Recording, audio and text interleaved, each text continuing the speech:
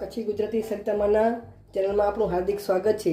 આજે આપણે બનાવશું બેસનની બરફી અલગ રીતે। તમને એમ થાય કે આજે શું ખાવું છે, મીઠું કંઈ ખાવું છે, તો તમે ઝટપટ બનાવી શકો છો અને તહેવારોમાં પણ બનાવી શકો છો અને બધાને ખૂબ જ ભાવશે। તો તેના માટે આપણે આ ગેસ ગરમ કર્યો છે અને ઉપર કઢાઈ મૂકી દીધી છે। તો એમાં નાખશું આપણે આ પોણો વાટકો ઘી, ઘરનું બનાવેલું ઘી છે। આ માપથી જ બનાવવાનું, બરાબર। પોણો વાટકો ઘી નાખવાનું।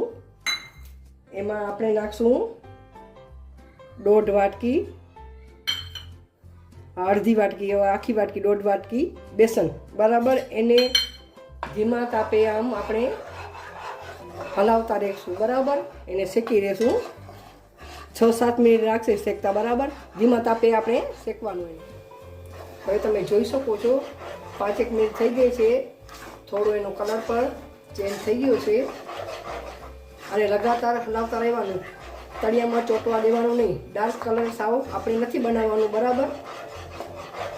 હજી 1 મિનિટ સુધી આપણે એને આવી રીતે હલાવી રહીએ, બરાબર। આવી રીતે સતત આમ હલાવતા રહેવાનું, બરાબર। આમ તળિયામાં ચોંટાડવા દેવાની નહીં, આવી રીતે આમ।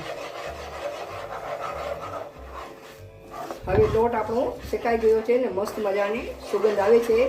તો એ ટાઈમે આપણે હવે ગેસની ફ્લેમ બંધ કરી દઈએ અને આને 2-3 મિનિટ ઠંડુ થવા દેશું ને। આવી રીતે 2-3 મિનિટ આપણે એને હલાવતા રહીશું, બરાબર। તળિયામાં ચોંટાવા દેવાનું નથી આમાં। 3 મિનિટ સુધી આપણે એને ઠંડુ થવા દઈએ ને આવી રીતે હલાવી લેવાનું। ઠંડુ થવામાં 2-3 મિનિટ થઈ ગઈ છે। તો આપણે આ 1 વાટકીથી ઓછું છે મિલ્ક પાવડર, બરાબર। એને ચાળીને લેવાનું ને થોડું થોડું આપણે એડ કરશું ને આમ હલાવતા રહીશું, બરાબર। ચાળીને લેવાનું, કેમ કે આની ગુટલી થઈ જાય, તરત આમ ગાંઠા પડી જાય, એટલે આપણે આમ થોડું થોડું નાખવાનું ને આવી રીતે આમ કન્ટિન્યુ હલાવતા રહેવાનું, બરાબર। આ બરાબર આમ મિક્સ કરી લેવાનું, આમ આવી રીતે આપણે નાખીને આમ હલાવતા રહીશું, બરાબર। આમ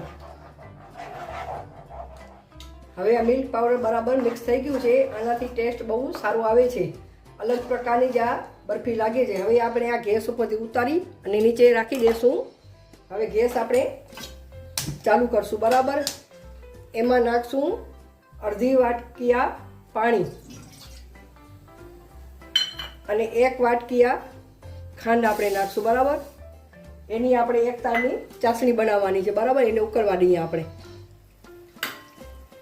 આ ચાસણી મીડિયમ તાપે જ બનાવવાની, ફૂલ તાપે નહીં બનાવવાનું, બરાબર। 1 તારની જ બનાવવાની છે, વધારે ચાસણી આપણે બનાવવાની નથી। આવી રીતે આપણે જો ચેક કરશું, આપણે આવી રીતે આમ જોઈએ છીએ। હવે 1 તારામાં થવા આવ્યો છે, આમ આંગળીની મદદથી આમ જોઈ શકો છો 1 તાર આપણો થવા આવ્યો છે। તો હવે આપણે આ ગેસની ફ્લેમ બંધ કરી દઈએ અને આપણી ચાસણી બનીને તૈયાર થઈ ગઈ છે।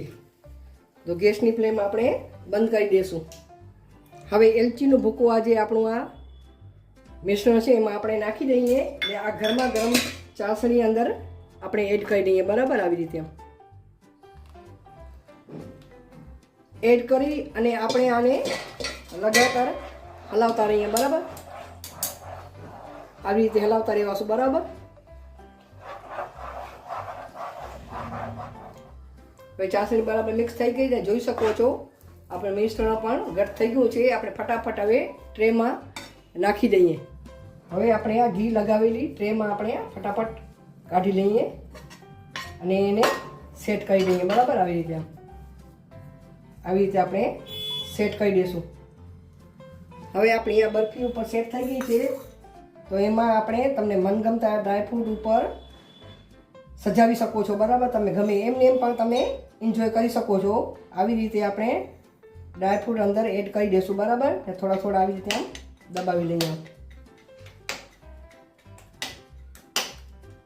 હવે આને આપણે 1 કલાક માટે ઠંડુ થવા દેશું। હવે 1 કલાક થઈ ગયું છે। તો આપણે મનગમતા કટ લગાવી લઈએ, બરાબર। આમાં આવી રીતે આપણે તમને ગમે એવા આકારમાં તમે કટ લગાવી શકો છો। આપણે બધા કટ લાગી ગયા છે, જોઈ શકો છો કેવી મસ્ત મજાની બેસનની બરફી બનીને તૈયાર થઈ ગઈ છે। એક કોઈ પીસ ખાશે તો બીજો જરૂર માંગશે અને ટેસ્ટમાં બહુ જ સરસ લાગે છે, ટેસ્ટમાં બેસ્ટ। મસ્ત મજાની બરફી બનીને તૈયાર થઈ ગઈ છે. તો મારી રેસીપી તમને ગમે તો લાઈક કરજો, શેર કરજો, કોમેન્ટ કરજો અને મારા ચેનલને જરૂરથી સબસ્ક્રાઈબ કરજો ને મારી નવી નવી રેસીપી જોતા રહેજો. મસ્ત મજાની બરફીને ફટાફટ બની જાય છે ને જ્યારે મન થાય ત્યારે આપણે બનાવી શકીએ છીએ. આ રીતે ને આ માપથી બનાવશો તો પરફેક્ટ બનશે. તમારો ખૂબ ખૂબ આભાર.